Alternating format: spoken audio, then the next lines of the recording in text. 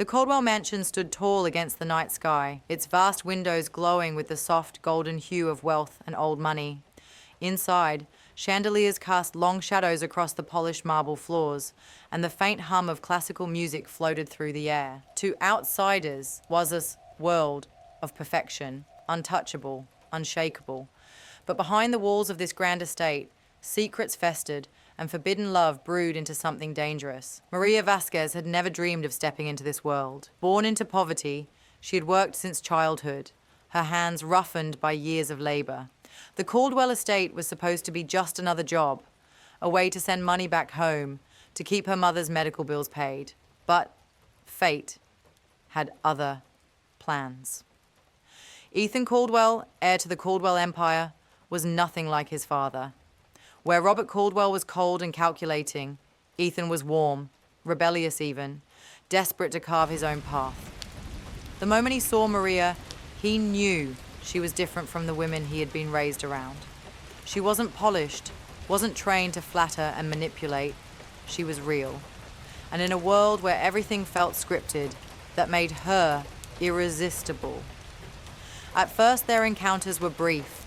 A lingering glance across the grand dining hall, fingers brushing accidentally when she set down his glass. Then, whispered conversations in the library when no one was looking. By the time they shared their first kiss, they knew it was dangerous. If Robert Caldwell found out, Maria would lose her job, or worse. But love is reckless. It doesn't care about consequences. Soon, stolen moments turned into entire nights spent tangled in silken sheets, hushed laughter echoing through the halls. Maria tried to resist. She reminded herself that she was just a maid, that Ethan belonged to a world she could never be part of. But love isn't logical, and neither was the fire between them. Everything changed the night Robert Caldwell discovered the truth. Maria had just finished tidying Ethan's study when she turned to find Robert standing in the doorway, his sharp blue eyes narrowing with cold amusement. He didn't yell.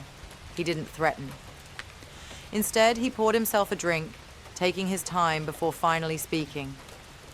"Do you know what happens to people who betray me?" "Maria."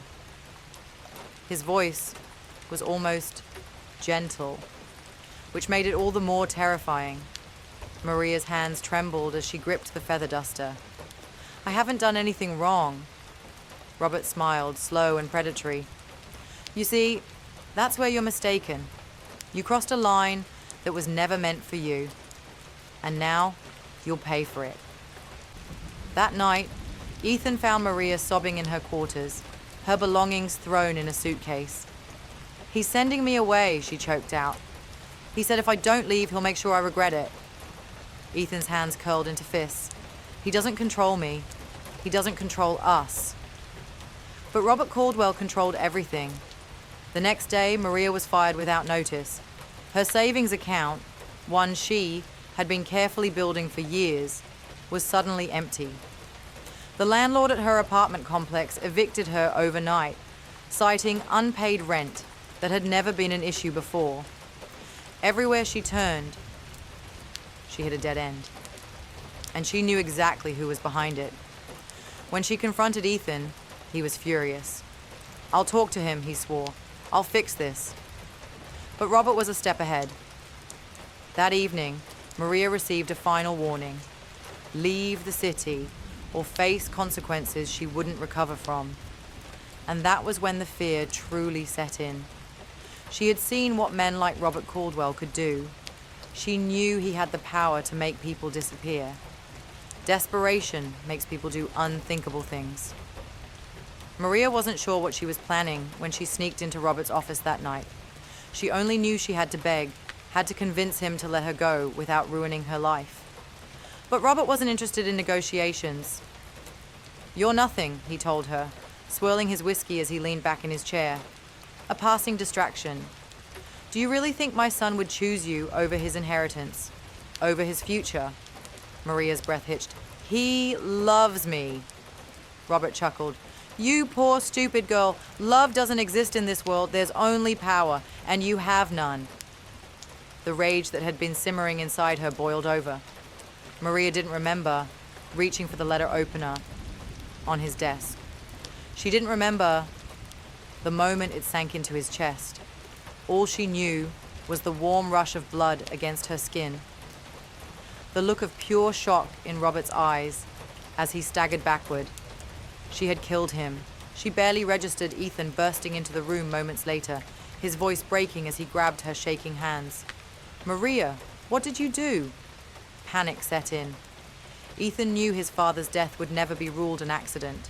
If Maria was caught, she would spend the rest of her life in prison. And so, for the first time, Ethan turned against his own blood. They dragged Robert's body to the private lake behind the estate, the water swallowing the evidence of their crime. They cleaned the office, scrubbed away the blood, destroyed the security footage, and then they waited, pretending life was normal. But secrets don't stay buried. A single mistake, a footprint by the dock, a missing cufflink, was all it took to unravel everything. The police came knocking, led by Detective Alan Mercer, a man with a reputation for breaking even the most airtight alibis. Maria and Ethan were arrested, their love story turned into a media circus. The trial was brutal. Prosecutors painted Maria as a manipulative seductress, a woman who preyed on Ethan's emotions to eliminate his father. The defense fought back, revealing Robert's history of abuse, his threats against Maria's life. But in the end, wealth speaks louder than truth. Ethan was set free. Maria was sentenced to 25 years in prison. As she was led away, Ethan clutched her hands one last time. "I won't stop fighting for you."